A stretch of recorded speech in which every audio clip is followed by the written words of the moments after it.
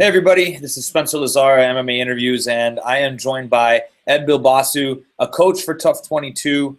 You've been a stand-up coach for a long, long time, and we've been friends a long time, which is pretty funny to end up here, chatting about what's going on with The Ultimate Fighter, of course, first off, and we'll get into UFC 192, which is going down this Saturday. Let's talk about this most recent episode of The Ultimate Fighter. We had the first win for Team Europe, and an impressive job. I mean, talk about the fight and how things were leading up to it and how it went down in the cage. Well, it went. Everything was going well for the first two fights. We had Ryan fight Franz. We had a game plan. Uri actually had a game plan. He was really smart when he came up with the whole thing of who he wanted to fight, how they wanted to fight, and whatnot. So we had Ryan fight Franz. He beat him with a heel hook.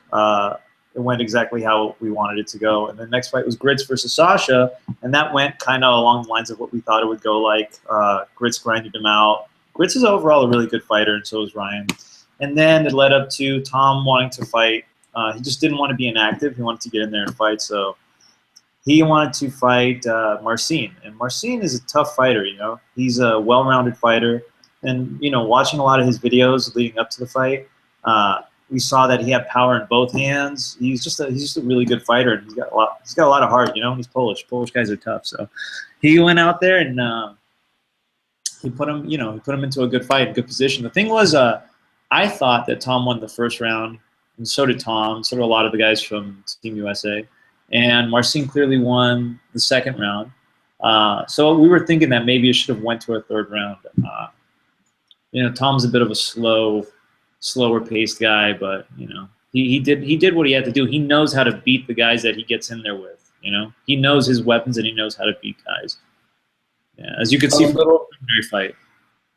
Yeah, I mean, round one was a little bit close. He had some position, but I mean, he was taking some punches and wasn't really able to close that back. He had the triangle, kind of weird positioning. And I know you're more of a stand-up guy, but what was your thoughts then of how he won the first round? Because I think because he had his back for about 3 minutes, and that no matter how you look at it, that would be a superior position. And the trades in the first minute could have went Marcin's way, but overall, I think that he barely edged out the first round. I could see how some guys would say that he didn't, but Team USA, man, I gotta go with our guys, so give them the benefit of the doubt. Most definitely. So talk about your role on The Ultimate Fighter, and a little bit about yourself, your background, and all that good stuff. So I'm a Thai boxer. I've been doing Muay Thai for a long time, for 15 years. Before that, I was a Taekwondo guy. I did Taekwondo and when I was a kid. So I have a traditional martial arts background that translated into Muay Thai when I was a late teen to my early 20s and even into now. Along the lines, I decided to start training people.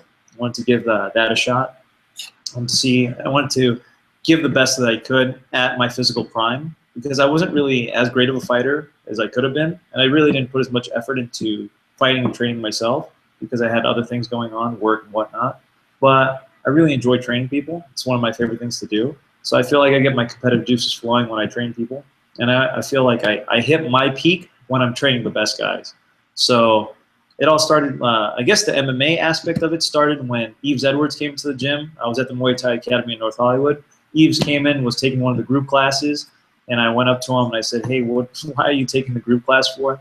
Come work out with me. I held pads for him, and that was that. From there, he introduced me to Tyron Woodley. I trained Tyron for maybe 5 or 6 fights when he was in Strikeforce leading up into the UFC. And then from there, I was introduced to a guy named Colby Covington, who was with American Top Team. And Colby then introduced me through word of mouth to Uriah Faber and TJ Dillashaw. And when they were here in LA doing the big Ronda fight, I forgot when she was fighting Kat, they flew into town, and we linked up. We worked out. We worked out one time. I worked out once with TJ, and then I worked out with Uriah and TJ. And they were cool, they were super cool guys. We meshed really well. I'm a California guy, they're Cali guys. Yep. So it was cool since then, you know. And when I found out, I was watching the Connor and Uriah thing backstage. When I saw them get into a tussle, I texted Uriah right away. I'm like, Uriah, you gotta get me on that show. Let me help you guys out. And he was good enough to bring me in for the first week, and then I flew back out to LA, and then I flew back in the third to fourth week, and then I came back for the final fight. So I was in there about 2.5 weeks of time helping out, train some of the guys. So Nice. that's been that. And now I'm still in talks with them. I'm possibly going to go up there in November at some point, maybe late October, November, to help train, Lance Palmer, Cody Garbrandt, some of the other guys, Uriah, whoever they need help with, I'm going to help out the guys with Alpha Man. How has, for you, we get this with a lot of guys, and of course we're going to get into 192 and Tyron's fight and all that, but for you, you've been a guy who always has kind of had that a bit of a chip on your shoulder since you were younger.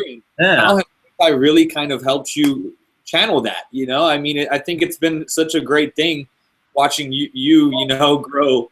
Do you remember when they had UFC 1 and I would be like, let's watch UFC 1 or UFC 2? And we'd get the videotapes and we'd bring it over to our friend's house and we'd sit there and we'd watch it. And you want to fight, you want to wrestle after, you want to beat up guys. Ever since the first one, I was into it, and it's really a weird thing that we've both come so far and we've hit this point in our lives, and we're doing an interview on YouTube. It's cool, man. It's really awesome. I'm really proud of you too, man. You came a long way. Man, I remember your first interview too, so you've come a long way. Yeah, it's been a fun road, and the sport is so great. The guys in it. Like you said about the alpha male guys are so easy going, easy to get along with. So, I mean, have you had much interaction with Connor at all? Yeah, I mean, we did have some interaction with Connor. We had some fun times with him. He's not a bad guy. He's a cool guy. He's just like the rest of us. He's kind of got this misconception. Sometimes though, he would say things during filming, like it would be really quiet. He'd say something, and like all of us, both sides would be quiet and be looking at him. And he really, it's like almost hypnotic. He believes some of the stuff that he says. And he's poignant, He's a very intelligent guy to be able to shoot off like that. He's really smart, He knows what he's talking about. He's got his game plan. And he knows what's up. So I give the guy credit. And he's really cool. He's not a dick at all, like people think. He's really down to earth. He's cool. And I love how Uriah deals with everything. Oh yeah. He's not a guy you want to get into it with. You can't get the gab with that guy. It's not going to go your way. Yeah, Uriah can deal with anybody. Uriah is really intelligent. He's a really smart guy, so he can deal with any kind of personality for the most part. As things have been happening with some other guys, some other coaches and whatnot. And he could still deal with those guys, So I give him a lot of credit. He's able to diplomatically deal with any kind of person. Yeah. Step on top. Well, let's talk about UFC 192, man. A guy that you've trained a lot, Tyron Woodley. Going up against Johnny Hendricks. I mean, I'd safe to say his toughest fight to date. Yeah, absolutely. And I'm really interested in this fight. I think it being a 3-rounder kind of goes his direction a little bit, but man, Johnny looks in good shape. I mean, talk about the matchup and your time with Tyron and how far he's come in his striking, especially. So Tyron's always been like the kind of guy who could turn you out with like one shot. The first time I trained him, the first fight I trained him was when he fought Andre Galvao. And then, he knocked him out with like one shot. That's when we saw like a glimpse of like how much power and explosiveness that guy had. But it's always been a thing with Tyron about if he believes in himself or not. He's got this mental thing. Sometimes, he's really intelligent as well. He's not a stupid fighter. He's got a high fight IQ. But it all depends on how he applies it. So, for example, like when he fights, when he gets in the ring, he had this whole strategy of fighting certain guys, for example, Paul Daly and whatnot, where he likes to back up. He'll back up. And because his takedowns are so explosive and he's such a strong guy, then when somebody's throwing an attack at him, he could blast a double leg and he'll knock the wind out of somebody and he'll take him down directly in the center of the cage, which is like not many people can do, but he can definitely do it. So he'd always have this thing in the back of his mind where he's like, I could take somebody down whenever I want and control them in the center of the cage. But sometimes it backfired. Like sometimes it makes him look like he's being lazy and he's like, he's timing and he's just playing. But it depends, he can go either way. I I train him for Andre Galvao, for dangerous strikers like Paul Daly, who's like extremely dangerous. Jordan Mean, who's really dangerous. Tons of Hendricks, who's really dangerous. All these guys are like killer strikers, and you know what? He beat them, and he beat them at their own game. He didn't like have to take them down every time. He stood in the exchange with these guys. So, but he didn't really start like believing in himself until later on when he actually came to the UFC. And even then, it was like either hit or miss. Sometimes he could turn your lights out, like he did with Koscheck, you know, and he did with what was his name from Extreme Couture. Yeah, okay. He could just knock somebody out like that, you know, in 1 second, or he could just like be lackluster and like lay back. But it's all a matter of like which tyrant shows up. You know, we kind of briefly discussed this. At this level, you're not always going to hit that one punch. You know, I mean, it's just the way it is. You guys are tough guys. Yeah, it's not an easy thing. I mean, for him, I think it was crazy because he came kind of straight from wrestling and didn't have a whole lot of fight experience, and he had to get it in the cage. You know, he couldn't get it in going pro right away. He couldn't get it in kickboxing fights. Yeah. Well, you see, like Ryan said it too. Ryan Hall said it too. He's like, he couldn't get fights like with certain guys. People would probably back out. They're scared to fight him. You know, he's like, you see how he's built? He's built like, you know, like a brick house. That guy, you see that guy, you're not going to want to fight that guy. So he had to go straight into like a big organization, and you have to start fighting tough competition right off the bat. So like by like his 6th fight, he's fighting like world champion Andre Galvao, and then he's like, you know, fighting Paul Daly, and all these guys are killers, and you know he's hanging in there with them, and he's beating them. You know, well, I give him credit. I always give him like mad credit, and every time, like, you know, and he taught a lot about me for myself as a coach, because a lot of times I'd be like, oh well, you know, just the name, like, oh, Tarek Safadine, I've been watching this guy. The guy's a killer.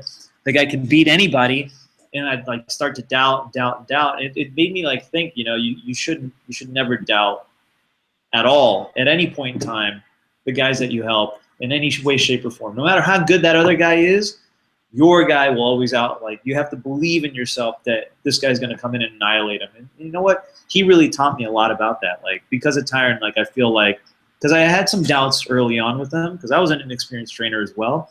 Like, maybe he won't be able to pull it out.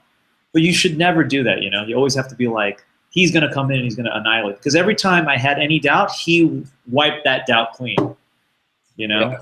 And it really changed me as a trainer. Now, like, whenever I train somebody, and I believe 100% in my whole heart that these people can beat whoever they're fighting.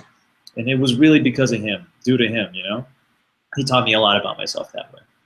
Talk about the fight with Johnny. I mean, Johnny is another beast, you know, that always shows up. Right. Obviously competed against each other before, you know, so. There's a lot of bad blood there too, right? A little bit, I think. I think they have a lot of mutual respect as well.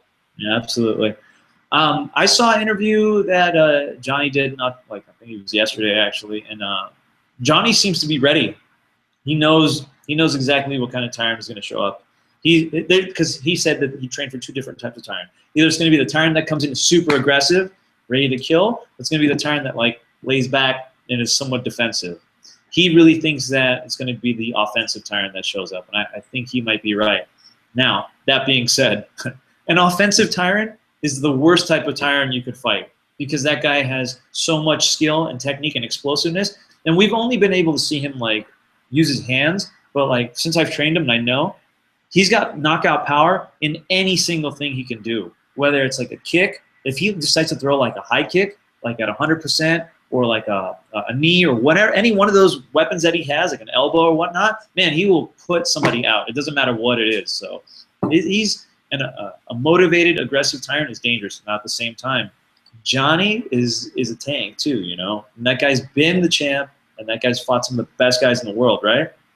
He can take anybody out as well with one shot. You saw he did it with Campman. He did it with a bunch of guys, you know. So I'm going to say I feel like Tyron will win just based on the fact that I know how he is when he's motivated, and he's my friend, and I've trained with him before. And I like I said earlier, every time I've ever doubted him, he's come through. I just feel like maybe right now is the right time, and he can beat Johnny, and especially since he's motivated. But, you know, at the same time, Johnny has that chance. I would say it's like 70-30. Right on, man. Definitely excited for that. And then the whole main card is really good. I guess we'll go next to the main event. I mean, Cormier and Gustafsson, another interesting. This is more of a stylistic matchup with, striker versus grappler type situation. Although Daniel's crafty as could be a standing as well. I mean, how do you see that one playing out with those two? So I was lucky enough that early on when we were in the Strikeforce days with Tyron, we would be there with Luke Rockhold and Daniel Cormier. So I got to see Daniel training, and I got to see Luke training, and I got to see all those guys going at it. And man, super impressive. And for like a heavyweight, so fast, so agile, moves like a guy who's like 155 pounds, and he hits like a heavyweight, right? So that guy, agility-wise, skill-wise, and everything-wise, I feel like Daniel is probably the pinnacle at that weight for like explosiveness and whatnot. However, that being said, a couple of the guys from the TUF house train at All Stars Gym. Francois and David Tamer. Those guys they're with Gustafsson. And those guys, even after the show, we've all stayed in touch with one another. I mean, for the most part, I'm friends with a lot of these guys. They tell me that Gustafsson is in the best shape he's been. And, they pointed out some things to me after the season that I didn't have in mind. Like, for example, and I kind of mentioned it to you before, but Gustafsson had fought Jimmy Manuwa, and he knocked out Jimmy Manuwa. And, Rumble knocked out Manuwa. So it makes you think that, if Alex can connect on any shot, and the same thing could be for vice versa. Same thing with DC. It's another one of those great fights where whoever lands first and cleanest can put the other one out. Now, I think I'm going to have to go with Alexander just for the fact that I feel like it's his time. He's been a little past due. That being said, I still think DC is so dangerous, man. Like that guy. And it also depends on his training camp, Like, did he have a good training camp? Was Luke there every time sparring with him? Was Kane there helping him? If he doesn't have the high-level guys to train with consistently, then he might not be as ready as he is. Does that make sense? Yeah, definitely. I mean, he's said it before. He said it for the John Jones fight. I think he didn't have Kane, and it really bugged, really messed up his camp a little. So, was Kane there this camp? I don't think he was there this camp. I'm not really sure if he was injured or not. And I know Luke's been doing a ton of like PR stuff. So if you're missing your two top guys to train with, and at the same time, I'm on like Alex's like Instagram page, and he's training with Ilir Latifi and all these animals over there. These guys are like killing him. They're pushing him really hard. And Ilir's not a little guy. He's like a bad Swedish wrestler, Maybe not. I don't know. There's nobody like Daniel, though. That guy's so it's like so athletic. Grappling aspect. I mean, I have to lean towards Daniel because he's crafty, and he's experienced. When I was sold on Daniel was when he threw Josh Barnett up, and slammed Josh Barnett 5 feet in the air. I was just like, oh my gosh, like this guy's the real deal. Yeah. And now being at this weight, and it's funny because he fought John Jones, a guy similar in stature to Gustafsson, but a very different fight than I think we'll see from Alexander. John Jones was happy to fight that fight in close quarters a fair amount of the time, whereas I think Alexander's going to be popping that jab, looking to move, and avoid any clinching aspect whatsoever. Shit, I would. Yeah. I wouldn't want to clinch with that guy. That's like his bread and butter. If he gets his hands on you, you're going to go for a ride, man. He's going to throw you in the air. He's going to flip you. He's got such a low center of gravity, and he's 6'5", but when you're like in a clinch with a guy like that, he's gonna take your legs out so easy at that level. Yeah, I could see this fight going to the championship rounds very easily. I could see, both guys winning a couple rounds, whatever, starting slow, but I think after a while, Daniel. The thing is, if Daniel gets you down, it's like you're stuck there. We saw that with Rumble. Like you just want to give up. Yeah, it's just you can't get up. He won't let you up. It's like that Khabib thing. It's the same thing. Like he gets you there, and you're just once he has a hold of you, you're unable to move. You're smothered. That's pretty much it. So I mean, I'm interested to see how he deals with that. On top of you, it's brutal. I wouldn't even want to. I couldn't even think about it. Yeah, and then of course there's a bunch of other great fights on this card. Juliana Pena, a good friend of mine, Jessica I. Jessica looked good against Misha. Yeah. Early on, and then got caught. And she's got a good right hand, man. That's good boxing. You know what? She's been training with Jimmy Gifford. You know who Jimmy Gifford is, right? She's been training a lot.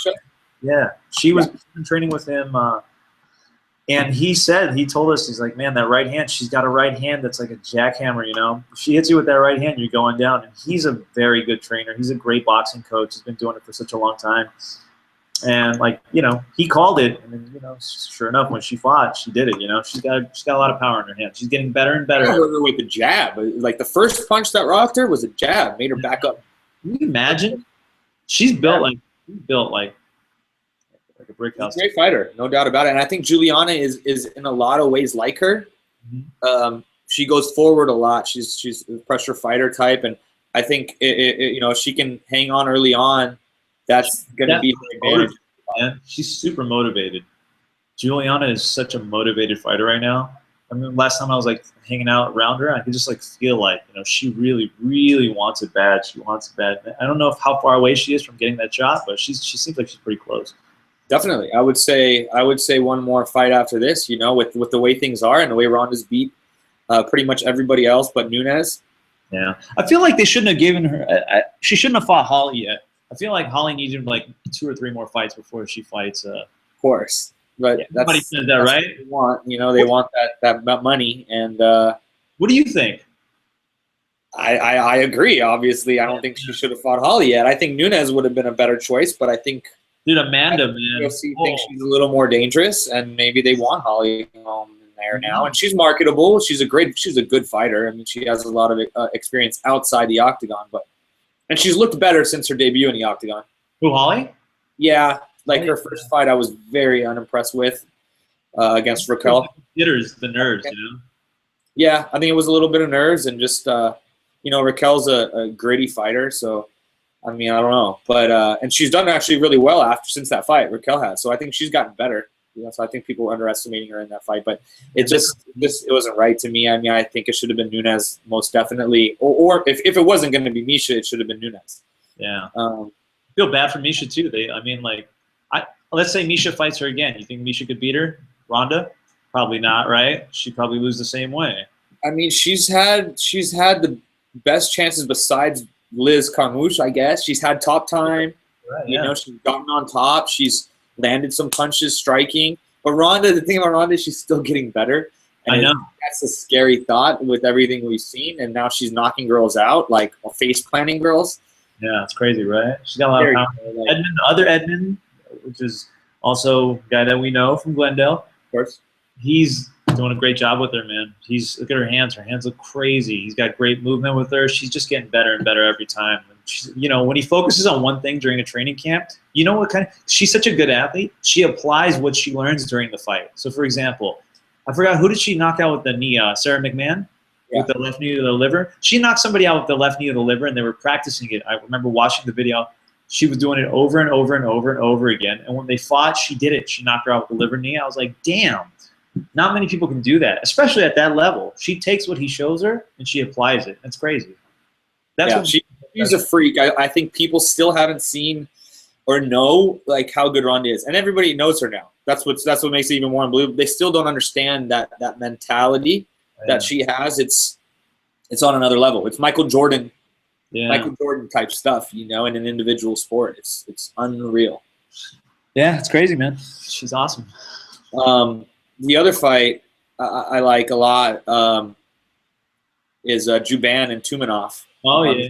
I mean, Alan's a SoCal guy, and we know him well, and he's done extremely well. Another guy who's supremely motivated, trains really hard. Yeah. Saxon's in the Valley and also down at Black House with the boys. And, I mean, he's gotten a lot better versus a guy who has really good hands, and it'll be interesting to see how that one plays out. I mean, any thoughts on that? As a Muay Thai guy, I'm going to go with Alan because I feel like he's a really well-rounded fighter. He uses all of his weapons. He's really good in the clinch. He's great with his elbows. He's great with his kicks. He strings everything together.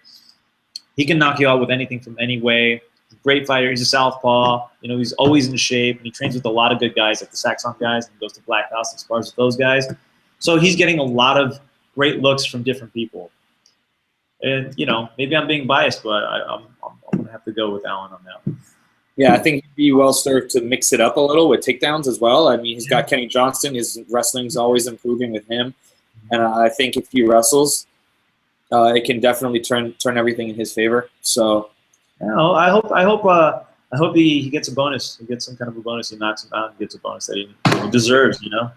Yeah, he's been putting on nothing but exciting fights nonstop. You know, ever since Strikeforce. You know what's even worse? The guy's a model. That's even worse. He's a good-looking guy who could fight. God, I hate guys like that. Yeah.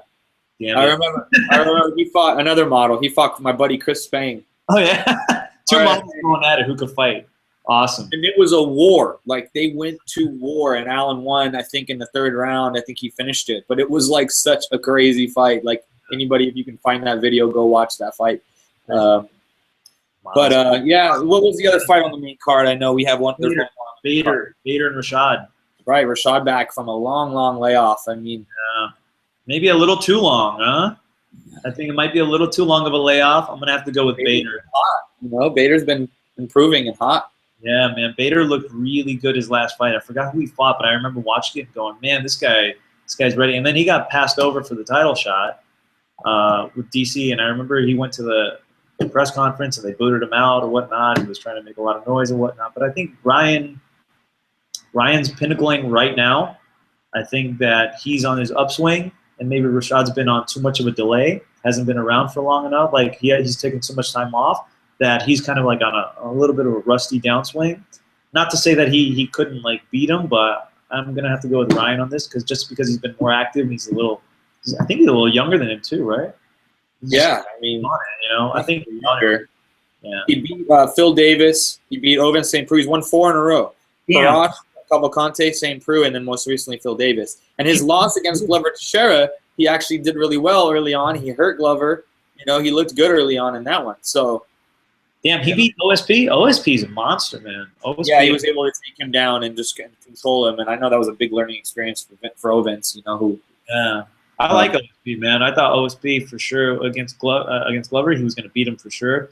But then, you know, you see how tough Glover is, right? He can come back from anything. But damn, OSP is another one that I'm like super impressed with. Physically speaking, athletically speaking, that guy is like the sky's the limit for that guy. He can do anything. Yeah, it's kind of like Tyron. You know, another one of those Strikeforce guys that has that raw athletic ability. He didn't have the wrestling base that Tyron had, which I think was always a great fallback for him. But that football player, he was a football player with Tennessee. Yeah, he did a little bit of wrestling. It just wasn't Tyron's level. Yeah, Tyron, man. I hope he wins. Sending you good vibes, Tyron. Sending you good vibes. I hope you win. Definitely excited for it, man, and always fun to chat with you about fighting. You know, we just be doing this anyway, so yeah, exactly. Gonna be a fun fight. Everybody tune in, obviously Saturday night, the pay-per-view. Yeah, but watch that. What's that? But I hope they watch that. I hope they watch that. Watch the fight, man. Great card. Great card. I mean, this is a lot of interesting fights on this one. I think this is worth your money for this pay-per-view. Yeah, it's a big one. It's a big one. One more thing I thought was crazy. I love that. I don't know if you know Uriah Hall very well. You know, he's a good friend of mine. And I don't know him that well. What's that? I don't know him that well, but you know, I've seen a lot of his fights, and the guy's so impressive. I can't believe he beat Gegard like that, man. Unreal. I mean, and it's exactly what he needed, and he did it. He's the kind of guy, man, he just rises to the occasion. Like, you'll put him in there against John Howard, you know, like it was, and it was just like kind of lackluster, or a guy, you know, guys that he should be beating more easily, and it's kind of like a struggle, and you're like, and then he gets in when no one gives him a shot like this, short notice, and comes in and does that. You could turn your lights out like that. He's one of those guys who just like hangs back. He's got that. They say like in fighting, it's the eye. You know, he can see things coming, and he can see the openings that you have. And when he sees the openings you have, he can exploit it. It's something that you can't train for, you know. And he's got it. It's crazy. Like a spinning, jumping back kick, like catching somebody with that. It's crazy. Who have you ever seen that can do that in an MMA fight? He's the first one I've ever seen do that and actually land it. It's crazy. Like on the head. Come on, man. Yeah. He knew he was going to bend down and go down, and he's, you know, I think that was great coaching. For that, you can't train for that. Yeah, it's much harder to block one like that, a straight one. You know, you got to move to the side, and Gegard did move to the side slightly. It just didn't matter. I think it was just like I don't know why he moved that way, but he flicked the jab. Usually, when you do that kind of move, you flick a jab, right? When the person throwing, you throw the jab. You step the guy throwing the jab. Steps out to the left and then spins and throws the right straight up the middle. When Well, when he threw the jab, he like ducked. He took his head completely from here and he ducked it straight into like hip level. Maybe he was going to go for a shot or whatnot. He caught it straight in the face. It was crazy.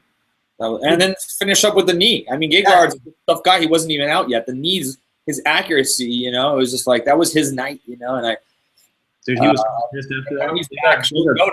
He's getting a third fight in a row here. He's pulling a cowboy and he's going in against Robert Whitaker.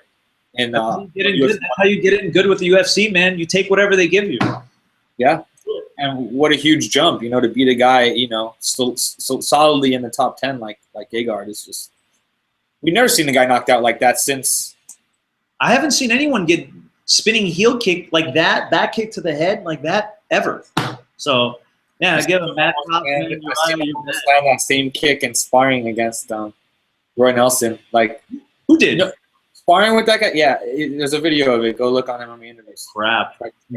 Sure. But he's like so dangerous in sparring that guys are. It's like the stuff he can throw. It's almost like hard to practice because you don't want to knock guys out. You're throwing heels and stuff that aren't covered. But it's like, and guys are more cautious and cautious. Sometimes I feel like he doesn't get the work in he needs. Yeah. Because guys won't pressure him. They don't want to make him mad. They don't want to go in there and you know walk into those. Yeah. So it's kind of an interesting aspect for him. Because I know. How does he train? Who does he train with?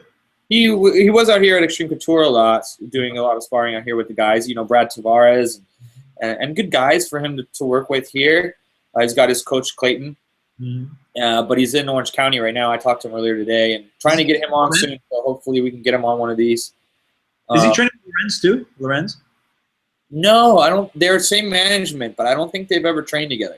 Those guys would do really well with. I feel like if you put those guys to train with each other, they would just like feed off of each other. They would like rise to the top. That was not a bad idea. Maybe I should try to link them up. You know, I have a lot of love for Lorenz and what he's doing. I'm taking credit for that. I know you do. Similar style and they're both dangerous, and I feel like none of those guys would back down. And that's great for both of them, you know.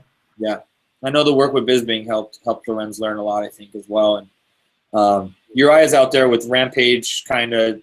Those guys and Jason Manley, and you saw it in his. I text Jason right away after the fight because of his ground game. He put him in an armbar. He went for a leg lock. Like these type of things were what kept him alive in round one. You know, like to do what he did in round two, and I was impressed with the ground game. Very impressed. Yeah, he's great, man. He's overall that's a mixed martial artist. You know, he's constantly growing. How dangerous is that? Yeah. And like you know, he hasn't even pinnacled yet himself. So wait until he does pinnacle. Yeah. It's just gonna get even better and better. Well, cool, man. I mean, where are you training right now? People, obviously, how can people get in touch with you? Maybe if they want to do privates in the SoCal area. So I have an Instagram. It's one word. I like to kick people.